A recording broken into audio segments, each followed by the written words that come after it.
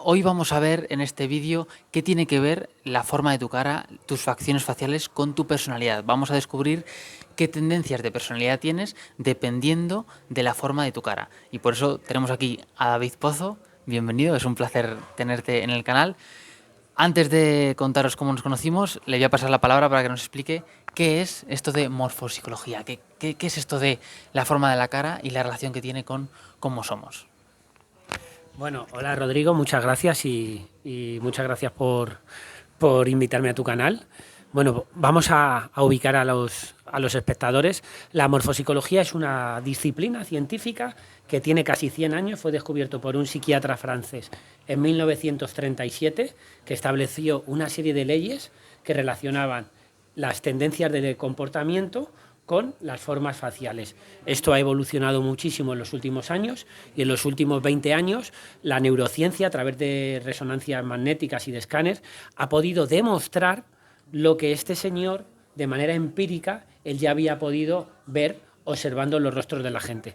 También tenemos que decir a la gente, para que se ponga en contexto, que la cábala judía en sus escrituras y la medicina china, desde hace más de 2000 años, tienen un montón de tratados en los cuales relacionan algunos rasgos de la cara a través de una disciplina, la prima lejana de la morfopsicología, que es la fisionomía, en las cuales establecían que algunos rasgos faciales tenían ciertas nos podían definir ciertas tendencias de personalidad. ¿Y algún ejemplo? ¿Algún ejemplo? Así rápido que digas, pues mira, si tú ves una persona con una frente muy amplia o tal. Pues mira, la base de la morfopsicología se basa en la diferencia entre personas con el rostro estrecho y con el rostro ancho. O sea, simplemente yéndonos al estereotipo que se utiliza mucho al principio de las formaciones de Sancho Panza y Don Quijote, podríamos tener dos estructuras completamente opuestas de personalidad, dos arquetipos, en los cuales tenemos una cara ancha y carnosa y otro una cara estrecha y descarnada. Y vemos los dos tipos de personalidad, de una persona pachorra, mundana, orientada a lo práctico, y una persona un poco idealista, alejado de los demás, orientado a un mundo, a hacer un mundo mejor, en el cual pues un poco alejado incluso de la realidad, que ve un poco el aspecto más negativo de la vida. Y ahí tenemos entre Don Quijote y Sancho Panza, por un primer arquetipo, las dos diferencias. Evidentemente, entre personas con el rostro muy grande, que hay algunas, y otras con el rostro estrecho, está toda la escala de grises, y esa es la complejidad de la morfopsicología, que no es solamente rostros delgados y rostros anchas, sino que hay muchas mezclas mixtas. Pero para centrar el tiro entre blanco y negro, ahí tenemos una diferencia fundamental de carácter. Perfecto. Mira, antes de seguir, decir a la gente que, como sabe, en cada uno de mis vídeos al final vais a tener una estrategia, y en este caso la estrategia más oportuna creo que va a ser, os vamos a dar una estrategia para que indaguéis en vosotros algo práctico y aplicable al final del vídeo de hoy, para que puedan indagar en ellos mismos y que puedan acercarse un poco más al potencial que cada uno tiene, porque sin duda tú estarás de acuerdo conmigo en que cuando te conoces más, tanto tus fortalezas como tus debilidades, puedes entender, primero, quién eres y, segundo, cómo usarte a ti mismo para ir en quinta o para ir en sexta, o tal vez tomar una curva y tener que bajar a primera, ¿no? Porque creo que si uno no sabe quién es y de qué herramientas disponemos, estamos como un barco a la deriva, ¿no? Y creo que esta herramienta, que es ahora la pregunta que te voy a hacer la siguiente, tiene mucha información a este respecto. Es decir, cuéntanos alguna experiencia práctica, tanto de ti o de algún paciente que hayas tenido. ¿Qué repercusión tiene el conocer a nivel práctico tu tendencia a través de la cara? Bueno, la morfopsicología tiene una cantidad y una variedad de posibilidades infinitas. Yo, por ejemplo, doy formaciones a empresarios y a equipos de venta que utilizan esta herramienta para conocer a la otra persona, generar confianza y establecer un discurso de ventas orientado a los miedos, las necesidades y los deseos de la otra persona, que sería un primer nivel, es decir, cómo puedo utilizar esta herramienta para tener un rédito económico o un rédito social, para acercarme para tener más amigos, como decía Dale Carnegie, cómo hacer amigos e influir a las personas a través del análisis del rostro. Ese sería el primer punto. Y el segundo punto, con un nivel de conciencia un poquito más elevado, cuando uno, aparte de mirar hacia afuera y ver, ya empieza a mirarse hacia adentro, que requiere pues una mayor pausa, un nivel pues de reflexión mayor, y ahí es donde cualquier herramienta de introspección va a poder funcionar. La morfopsicología es una herramienta que a nivel de introspección es potentísima, pero yo recomiendo que los que se acerquen a través a la morfopsicología primero intenten ver los rasgos de los demás, porque intentar ver los rasgos de uno mismo al principio hay demasiadas resistencias, hay demasiado ego, o sea, es muy difícil que uno pueda ver en sí mismo el aspecto negativo a través de los rasgos de la cara y de cualquier herramienta, o sea, es complicado. Pero bueno, por poner ejemplos prácticos, pues por ejemplo, yo en mis consultas privadas, a lo que más me gusta a mí hacer con los clientes, según su grado de conciencia, pero los que vienen ya realmente que quieren mejorar, es ver el tema de las heridas del alma a través del rostro. La herida de abandono, la herida de culpa, la herida de traición, la herida de rechazo, etcétera, etcétera, la de humillación. Las 5 heridas se pueden ver claramente cómo las personas, nuestra vida, nuestras decisiones muchas veces están tomadas en base a las carencias afectivas que hemos tenido en la infancia. Y todo eso se le puede ver a través del rostro. Ese sería como la capa más profunda, lo más... el nivel de conciencia más alto que se necesita de autoconocimiento. A un nivel más pragmático, pues por ejemplo, me viene mucha gente que quiere saber si puede ser un buen emprendedor, o qué tipo de estudios va a hacer, o qué tipo de personas es mejor para crear equipos complementarios sinérgicos.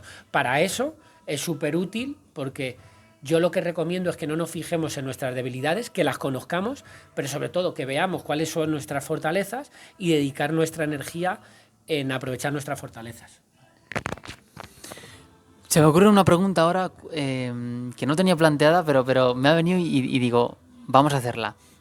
¿Crees que por la gente que te ha venido a consulta, crees que a nivel general buscamos como alguien o algo que nos predizca de cierta forma el futuro para quitarnos responsabilidad? O sea, quiero decir, ¿crees que buscamos como ese oráculo o esa figura como más mística que nos dé la claridad de decir, pues tú tienes madera de emprendedor o tú tienes madera de tal, para evitar coger realmente las riendas de nosotros mismos y decir, me pongo yo en el viaje del héroe, ¿no? Me cuelo 30 segundos por aquí, por si eres nuevo en el canal, y decirte que mi nombre es Rodrigo Ruiz, y en este canal, ¿qué vas a encontrar? Todo lo que necesitas para mejorar tu mente y tus hábitos. ¿Desde cuándo? Desde hoy mismo. Cada semana vas a tener un vídeo nuevo con una estrategia al final de cada vídeo. Por eso, activa la campanita y suscríbete a este canal para no perderte nada y así mejorar tu mentalidad y poder acercarte más a tus objetivos personales y profesionales. Seguimos con el vídeo que estabas viendo y recuerda que al final tendrás esa estrategia. Pues el ser humano, claro, todo lo esotérico y todo lo que tiene que ver con lo misterioso y el más allá y la predestinación, vende. Hay muchísimas películas que se basan en ese guión, ¿no? Pero lo que tengo que decir para la gente que nos está viendo es que no existe ningún tipo de predestinación. Las personas, primero, tenemos un temperamento de base, que es nuestra genética, eso se ve en el rostro en los primeros años de vida, y eso es lo que va a condicionar la forma de interpretar el mundo y de forjar un carácter. Pero aunque nuestra genética, que es la herencia de lo que hemos heredado de nuestros abuelos y nuestros padres, es súper importante, las personas que ya tenemos un nivel de conciencia mayor nos responsabilizamos y sabemos que la epigenética es tanto o más importante que lo que nosotros arrastramos, lo cual quiere decir que tu cara no te define, tu cara sí que va a hacer que tú, en los primeros años de tu vida, vayas hacia un camino o hacia el otro, pero luego lo que va a definir realmente tus resultados es la gente con la que te juntes. El entorno es más importante que la genética. Esto es lo que yo he podido ver, es decir, las decisiones que toméis ahora viendo este vídeo y a partir de ahora con vuestra vida, es más importante que vuestras capacidades innatas. Pero sí que es verdad que si no hacéis una toma de conciencia de cuáles son vuestras capacidades innatas os van a llevar a que vayáis con un tipo de personas y de otras. Entonces sí que hay una especie de tendencia natural de que según lo que nos regala la vida, ir a un sitio o al otro. Pero hoy en día, que vivimos en la era de la información y que vivimos en la era del desarrollo personal, tenemos la posibilidad, cosa que hace 100 años no existía tanto, de poder ser dueños de nuestro propio destino. Mira, me recuerdas a una frase que dije este fin de semana en Sevilla, que te he contado que estuve dando una formación y les decía, aquí para toda la gente que fume o sea fumador, me voy a meter con vosotros, me gusta meterme con vosotros, y les decía, un fumador no fuma porque le guste fumar, o sea, un fumador no fuma porque le guste el tabaco, sino porque se piensa como fumador. Yo, por ejemplo, entreno, a mí no me gusta entrenar, solo que soy deportista. Me concibo como deportista y por eso tengo que entrenar, es como una consecuencia. Y les hablaba del entorno y les decía, fijaos lo importante que es si dejáis el hábito de fumar, si ahora mismo yo dejo de entrenar, solo hace falta que pase X tiempo para que mi cabeza deje de pensarme como deportista. Es decir, si un fumador deja de fumar, es cuestión de tiempo de que tu cerebro se tenga que pensar de otra forma, porque ya no tiene sentido, adaptativamente hablando, de soy fumador si no estoy haciendo el hábito de fumar. Por eso, recojo lo que dices del entorno, de que si tú al final te juntas con un tipo de entorno, si cambias de entorno, por adaptación biológica, tu cerebro va a encontrar la forma de sentirse perteneciente a la tribu. Entonces, tienes que decidir conscientemente y en base a lo que quieres en tu vida, qué tipo de tribu, con qué tipo de tribu quieres juntarte, con qué tipo de tribu quieres que te valide, porque si a mí la tribu que me valida es gente que está todo el día bebiendo alcohol y en un bar, pues mi cerebro, por biología pura y dura y por adaptación, va a decir, si no hago esto no me siento perteneciente a la tribu. Exacto.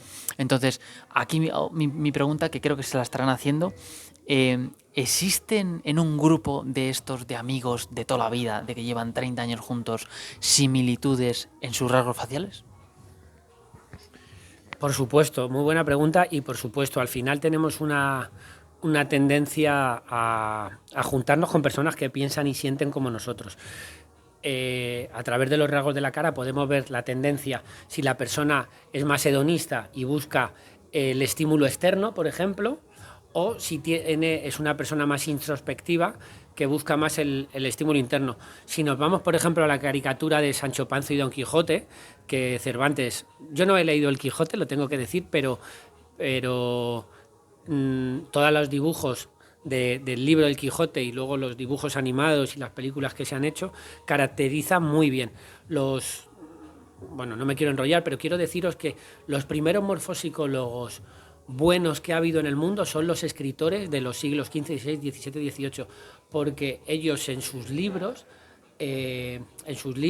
narraban con un detalle sublime la personalidad y los rasgos de la cara. En los grandes libros, las grandes obras maestras de la literatura, verás como cualquier personaje decían, porque no sé quién, que tenía la cara no sé qué, la nariz puntiaguda, el mentón, y dices, me cago en la puta. O sea, ellos eran observadores de la realidad, veían eso y detallaban con fino detalle. Entonces, por ejemplo, Don Quijote tenía ojos, nariz y boca muy metidos para adentro y muy finos, lo cual es signo siempre de una fuerte introspección y una fuerte austeridad. Por ejemplo, a Don Quijote no le costaría nada dejar de fumar, de hecho, le costaría mucho empezar a fumar, y sin embargo a Sancho Panza, que tiene ojos más grandes, boca más grande, receptores más grandes que están más en el goce y en el disfrute, le va a costar más dejarlo. Entonces, el entorno para estas personas es fundamental. Si vas a un grupo, por ejemplo, de gente que le gustan las discotecas o los bares, te verás que hay como ciertos rasgos de personalidad que coinciden. Puede haber alguno que se cuele, que no, pero a lo largo del tiempo, con el paso del tiempo, el que es distinto va a tener más facilidad para alejarse de esas tendencias que el otro. Y viceversa, alguien que tenga ciertas tendencias hacia pues el goce y poco a lo mejor hacia la salud, tiene que cuidar, esas son las personas que más tienen que cuidar el entorno, porque a ellas, en el momento que caigan en un entorno que no sea muy pulcro, van a tener mucha facilidad para volver a caer en esos vicios. Entonces, el tema de los hábitos es... ¿Puedo recomendar un libro? Sí, claro. Mira, hay un libro que a mí me voló la cabeza este año, que lo he leído varias veces, seguro que lo conocéis, pero para el que no lo conozca, se llama Hábitos Atómicos.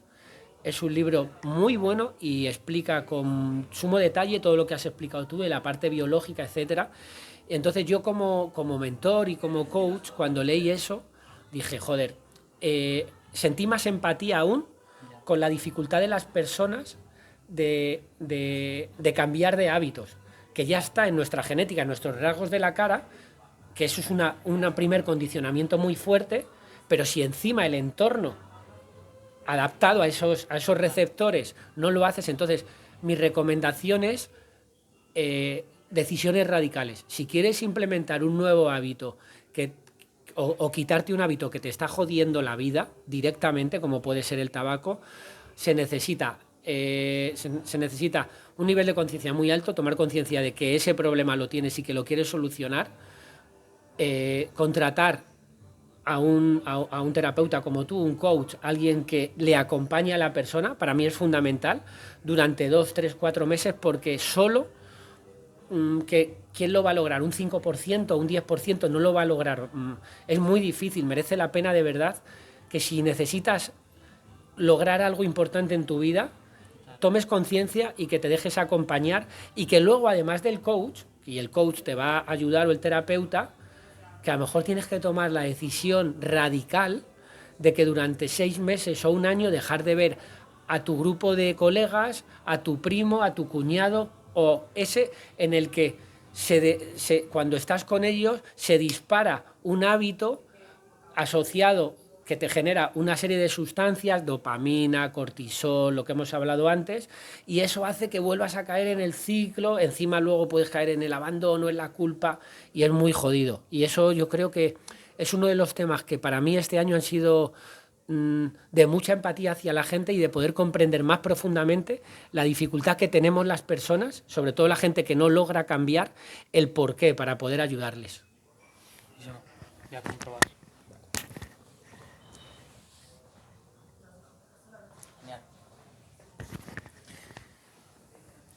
Mira, con todo lo que estabas diciendo, que me ha encantado tu visión sobre los hábitos, el cambiar el entorno y demás, me vino una frase que me gusta mucho decirla y es que hay ciertos rincones de uno mismo a los que es mejor ir acompañado. Siempre. Es decir, no nos damos cuenta que cuando entramos en un proceso de introspección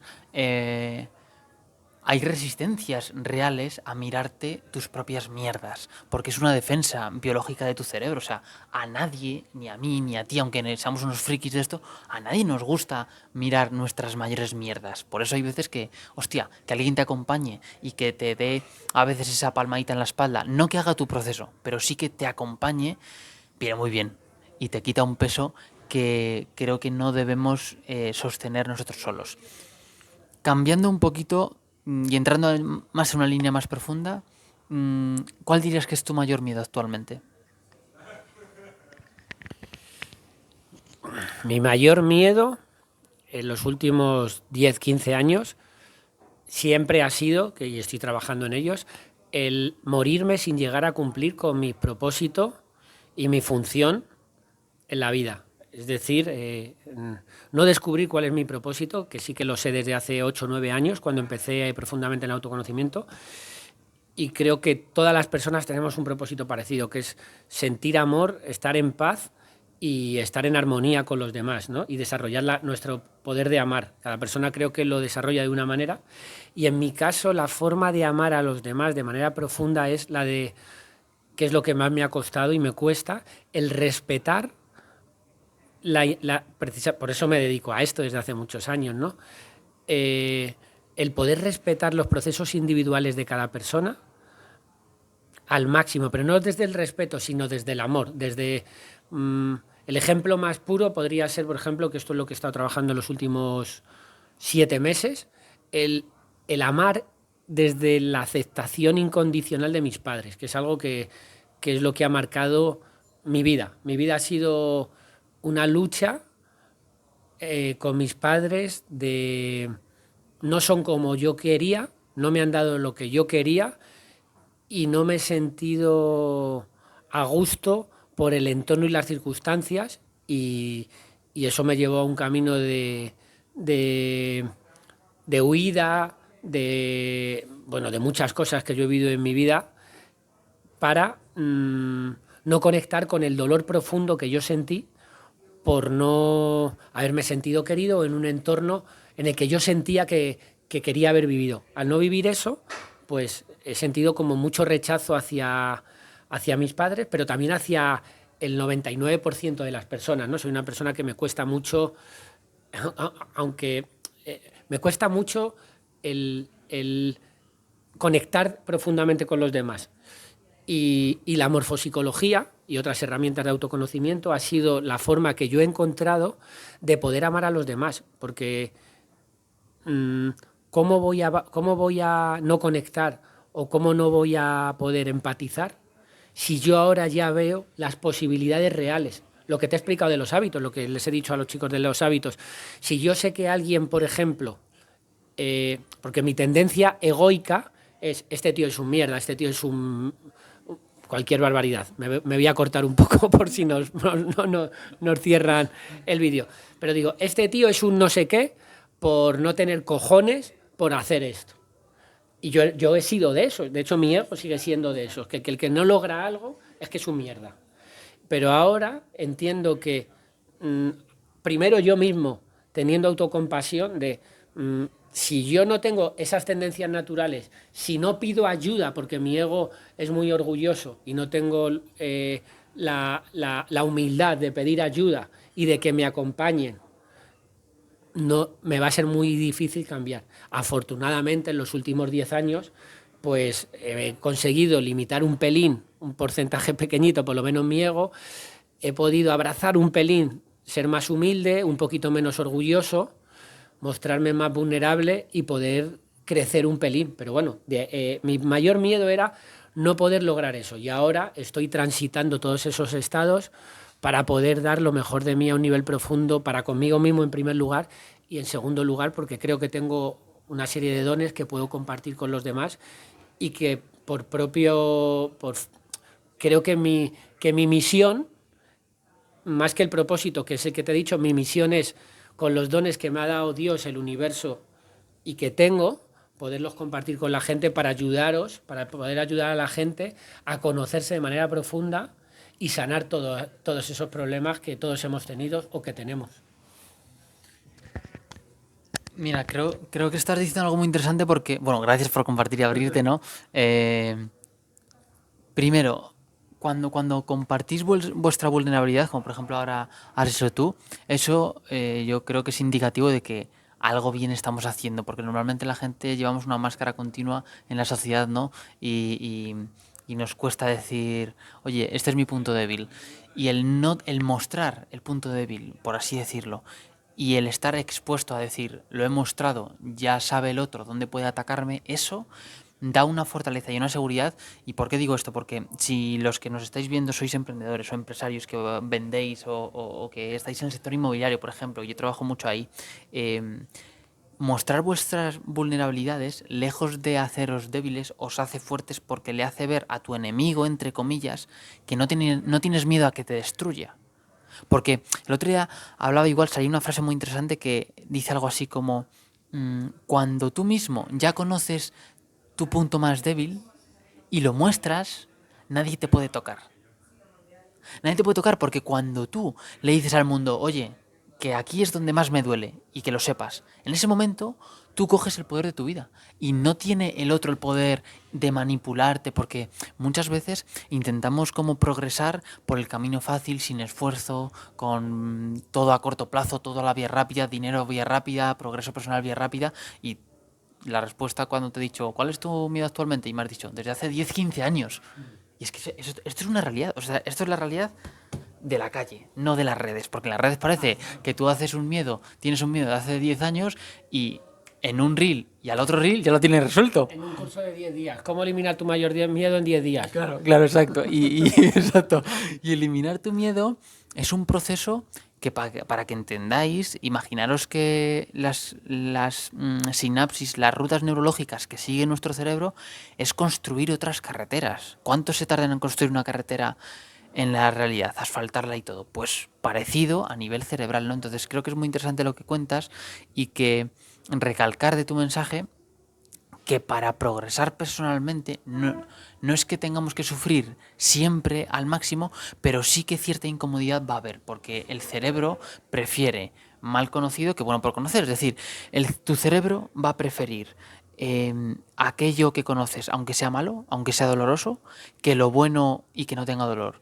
Pero que sea doloroso y que te hayas acostumbrado al dolor no quiere decir que siga sin doler. Porque hay veces que a lo mejor hablas con personas que han vivido situaciones de maltrato en su casa, porque yo trabajo con personas así, y lo hablan sin, lo hablan normal. Dicen, no, no, sí, a mí, sí, pues me pasaba esto, me hacían esto, tal. Y claro, una persona que no ha vivido eso, dices, ostras, estás normalizando un dolor que no es normal. Entonces, conclusión, que si estáis en una situación en la que estáis tolerando ya sea situaciones violentas extremas o no tan violentas, pero estáis tolerando algo que sentís que no merecéis, podéis cambiar. Y yo os invito, y David seguro que también, a dar el paso a, oye, ir hacia lo incómodo porque hay un horizonte nuevo que aunque no sepas cómo es, pero lo existe. Porque si no, todo el mundo sería como tú, o viviría la misma situación que tú. Bueno, si quieres decir algo. Sí, mira, yo con respecto a lo que has dicho, Rodrigo, es por seguir contando mi caso personal, porque he entendido que he venido aquí a este plano, ¿no?, de las redes a hablar de mi caso personal, porque soy una persona que tiene una historia de vida con muchas vivencias, ¿no? Tengo 48 años y llevo desde los 27 que tuve mi primera crisis, pues viviendo este tipo de situaciones. Entonces, después de muchos años de autoconocimiento, llegué a un punto que vi que mostrarme vulnerable, abrirme, era mi principal miedo inconsciente. Y que yo recuerdo que el hecho de cuando yo empecé a hablar sobre ciertas cosas que a mí me tocaban muy profundamente, en cursos de autoconocimiento, en mastermind y tal, solamente de pensarlo, yo me ponía a llorar, tenía una congoja que no sé si os podéis imaginar el cómo yo me sentía. Y era solamente el hecho de sentir, de abrirme.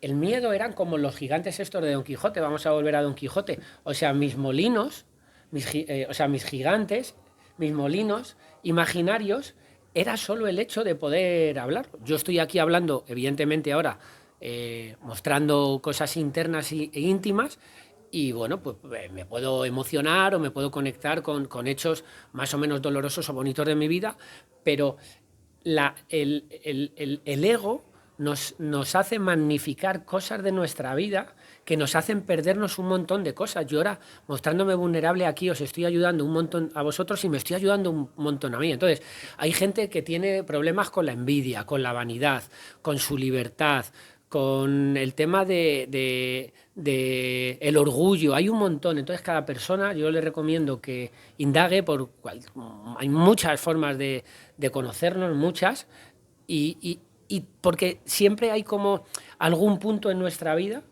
que eso nos está limitando para poder disfrutar plenamente de nuestra pareja, de nuestros amigos, de nuestros padres, de nuestro trabajo, de nosotros mismos, porque es en realidad un fantasma que es un molino de viento que le estamos viendo como un gigante. Y luego, cuando somos capaces de ser valientes, como has dicho tú, que no es fácil, es muy difícil.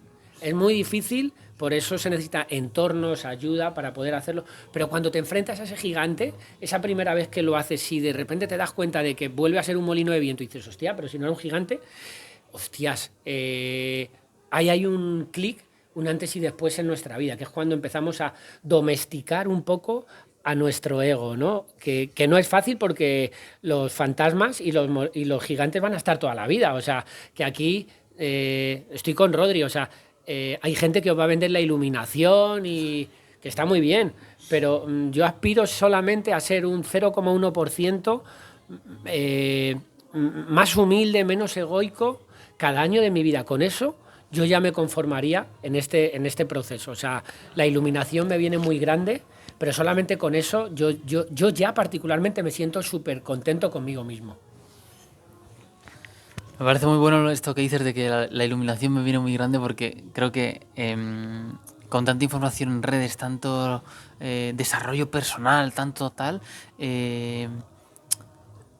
como que hace falta, creo, bajar a otra vez al contacto así presencial y mirar a la persona a los ojos y escuchar su historia, porque de un reel a un reel no hay tiempo, el cerebro no concibe tiempo. Es como, he visto un reel hoy y mañana veo otro, pero a lo mejor para la persona han pasado 5 o 6 meses y esa persona lo ha flipado por dentro. Y el proceso que ha llevado de crecimiento personal y de indagación con herramientas como morfopsicología o otro tipo de herramientas es un viaje importante. Y la percepción de la gente que lo ve es: hoy veo un reel y dentro de una semana veo otro, ¿no? Y parece que es fácil. Y creo que uno de los temas más, ¿cómo digo?, de los frenos que más podemos encontrar a la hora de progresar personalmente es la creencia o la ilusión de que es demasiado fácil encontrar tu potencial. Es que es muy bonito decir, descubre tu potencial y transfórmate al 100%, cambia tu vida radicalmente, ¿no? Entonces creo que hay que tener un toque de realidad en este punto, y sobre todo si el viaje es hacia adentro, porque cualquier persona que quiera buscar éxito, que lo hablábamos antes, a nivel profesional y una posición económica importante y demás, cualquier persona necesita conocer sus propias debilidades y fortalezas y saber quién es, porque van a venir curvas segurísimo. Da igual que tengas 10, 100 o 1000 millones en la cuenta, la vida te va a poner curvas. Y como no sepas qué marcha tienes que meter en la curva, porque hay personas que tendrán que seguir en sexta o personas que tendrán que meter segunda. Depende del coche, depende de la persona, la historia, la gente que vaya en tu propio coche. Entonces, al final creo que siempre lo digo, y es que la mejor inversión creo que es invertir en tu propia mente, en conocerte, conocer quién eres, de dónde vienes, y sobre todo, que has hablado algo muy interesante de lo de tus padres, el perdonar tu historia. Claro. El perdonar tu historia, perdonarnos a nosotros mismos y el liberarte de ese pasado para poder crear tu historia en base a ahora mismo, no a mi niño. Exacto. Entonces, para irnos por las ramas, porque tú y yo somos muchos de irnos por las ramas, te voy a hacer una pregunta que me parece interesante. ¿Qué pasa con la envidia? ¿Qué pasa con la envidia? Que creo que es un tema que puede tener mucha gente que nos ve, el envidiar la situación de otros, sobre todo a través de las redes. Y sí, ¿qué opinión tienes al respecto? Y si puedes darnos alguna relación con la morfopsicología o eneatipo, genial. Bueno, muy interesante. Tiene Rodri razón, que nos vamos por la envidia. Yo sí quiero, antes de decir, por puntualizar, nada, 10 segundos, que sí que podemos encontrar el potencial. Lo que pasa que, bueno, a mí una de las cosas que más me gustó de ti, cuando te conocí, y que creo que estamos en la misma sintonía, que eres un tío real. Eres un tío que no vendes humo. Antes estábamos hablando tú y yo de los vendehumos.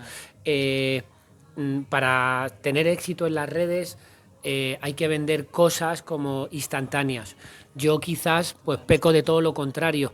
Digo, mira, hay gente que es súper dotada y que sí que puede tener una elevación de la conciencia en 1 año, 2 años o 3, porque son súper dotados. Yo he necesitado 20 años para elevar esto. Igual yo estoy en el otro extremo, pero entre el que tarda 3 años y el que tardo como yo 20, va a haber grises. O sea, se necesita perseverar, autocuidado y ser amoroso con uno mismo, porque avanzar, encontrar el potencial y actualizarlo requiere de mucha paciencia y mucha perseverancia, aunque esto sea antiventa, porque lo ideal es consigue tu potencial en un curso de 15 días y tal, no sé qué. Pero bueno, eso es un poco lo que quería comentar antes del tema de la envidia. Y del tema de la envidia, jolín, a mí el tema de la envidia me sorprendió mucho hace unos años, sobre todo cuando empecé a trabajar con la herramienta del eneagrama, de la personalidad, que habla de 9 patrones, y uno de ellos es el tema de la envidia. Yo creo que todos tenemos, como todas las pasiones, Lo que pasa es que algunas las tenemos más desarrolladas y otras menos. Y hay personas que el tema de la envidia les viene por un poco por un complejo de inferioridad que ha dado lugar al tema de la envidia.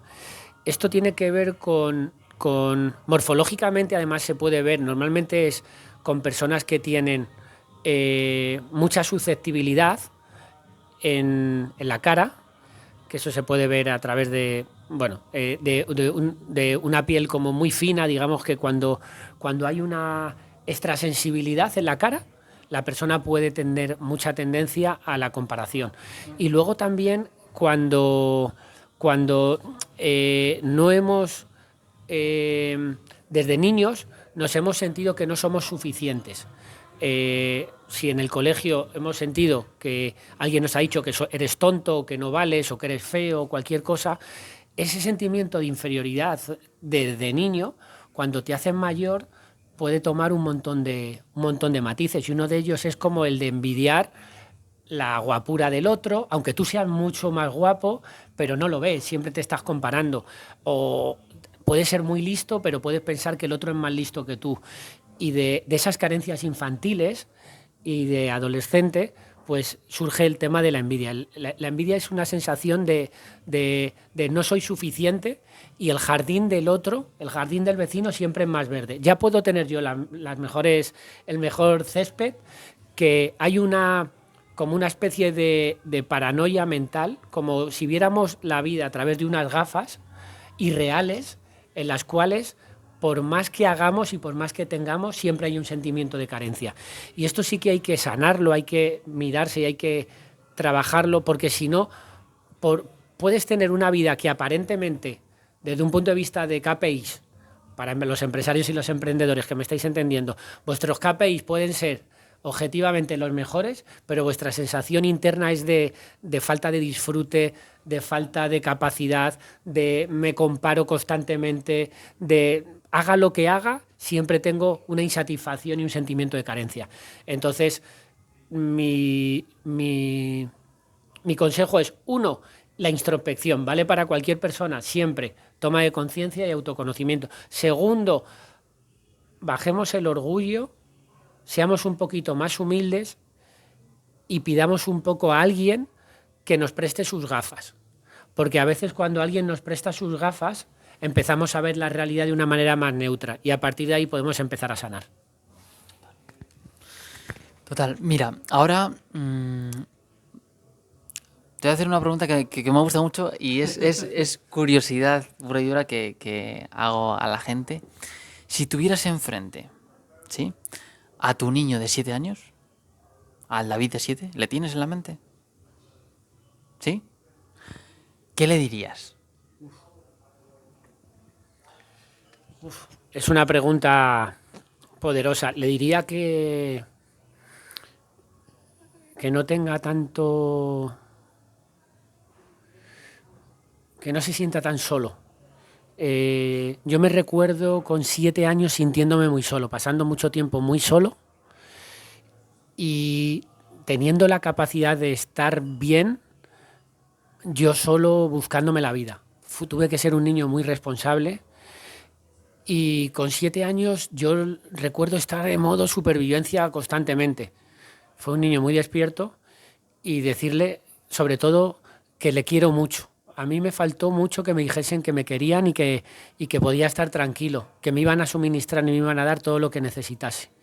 Entonces yo le diría a mi niño de 7 años, le daría un abrazo, le daría un beso, le diría, no te preocupes, yo estoy para ti, y vas a salir, tu vida va a ser increíble, vas a pasar dificultades, vas a pasar un montón de experiencias, pero te vas a sentir una persona completamente plena y satisfecha, porque con 7 años estaba con la sensibilidad a flor de piel y un poco asustado. Me recuerdo muy asustado. Bueno, gracias por compartir. ¿Por qué le pregunto esto? Porque con esto quiero unir la estrategia del vídeo de hoy de cómo podéis mirar hacia adentro y acercaros a vuestro potencial. Y esto, lo que ha hecho él, el viaje hacia el niño interno, es un viaje que sí o sí hay que hacer alguna vez en la vida. Yo recomiendo varias veces, pero tenéis que contactar con vuestra parte de niño interno, con esa vulnerabilidad, como se ha abierto ahora David, y yo es la parte que recomendaría a la gente, por mi parte, de acercarse al potencial, porque ir hacia tu propia vulnerabilidad, que es ir hacia el niño, que es cuando estamos al final desprovistos de herramientas para sobrevivir en un entorno hostil, porque es así, somos animales y con 6, 5, 4 años no tienes herramientas para que te suelten en la ciudad y sobrevivir ni en la ciudad ni en la naturaleza. Entonces yo os recomendaría ir hacia adentro. ¿Cómo? Que sabéis que siempre me gusta daros como una estrategia. Yo os recomendaría hacer una pequeña visualización que luego os pondré en comentarios, que básicamente es cerrar los ojos e imaginaros que veis a vuestro niño de 7 años, entre 5 y 7 años, y ahí estar ahí y ver qué sensaciones surgen, porque muchas veces con solo pensar esa imagen en un lugar que sabes que no te van a molestar ni nada, surgen emociones. Y simplemente sostener lo que surja, porque el problema que yo veo en muchas personas, incluido yo hace años, es que huimos de eso. De que tú te pones enfrente a imaginarte a tu parte de niño o de niña y, y no somos capaces de sostener eso. Ya sea, puede ser alegría incluso, no tiene por qué ser emociones, que sea tristeza, sea lo que sea, como que no nos sentimos cómodos porque ya nos hemos colocado la mochila de soy adulto y cuesta pivotar a me voy al niño, me voy al adulto, me voy al niño, me voy al adulto. Así que yo os daría esa recomendación como estrategia. Y ahora tú, si quieres aportar alguna estrategia, seguro que...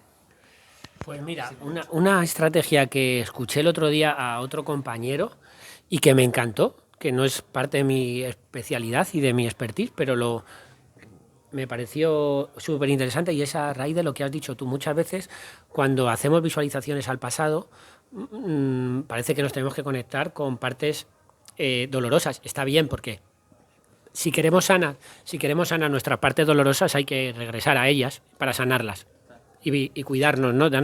Pero también la parte de mirar atrás a ese niño. Por ejemplo, yo recuerdo, yo si cierro los ojos ahora mismo, me recuerdo con 7 años, igual que estaba asustado porque pasaba mucho tiempo solo y tenía que ir al colegio muy lejos de mi casa, yo solo, coger el autobús y, bueno, pues sentirme como muy solo, ¿no? Pero recuerdo también que cuando estaba con mis compañeritos del cole y estaba yo jugando al fútbol con ellos en el campo del Carabanchel, me acuerdo perfectamente, en el campo La Mina del Carabanchel, de tierra, yo con mi camiseta del Atlético de Madrid, me recuerdo tan feliz con el balón, y si yo cojo ese recuerdo y lo amplifico, siento gratitud también por eso. Entonces, el coger un recuerdo de nuestra infancia, nuestra adolescencia o de cuando seamos mayores, conectar con ese estado, porque cuando conectamos con el estado de la alegría, es imposible sentirnos frustrados. Entonces conectamos con la gratitud de la vida. Y cuando tú te sientes en gratitud, es imposible estar enfadado, ¿no? Es igual que lo de la cara, que cuando si estás sonriendo es imposible tener pensamientos negativos. Pues si visualizamos una situación muy agradable del pasado, del presente, del pasado inmediato, vamos a aprovechar para llevar esa emoción fuerte y sentirnos en una profunda fusión de alegría y de gratitud con la vida, porque en realidad esa es la emoción que yo aconsejo, el que vayamos acostumbrando al cerebro a esa sensación durante todo el día, en vez de ese cortisol, esa adrenalina, etcétera, que hablábamos antes. Bueno, pues viajar al pasado no siempre implica sufrir, sino que también implica vivir emociones positivas. Y hasta aquí el vídeo de hoy. Muchas gracias, David, por tu presencia y nos vemos en el próximo vídeo.